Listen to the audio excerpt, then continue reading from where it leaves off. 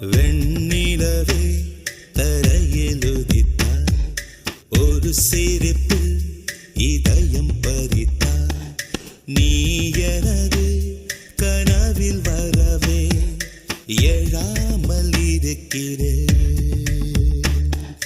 உன் சுவாசம் உயிரை தொடவே விடாமல் பிடிக்கிறேன்.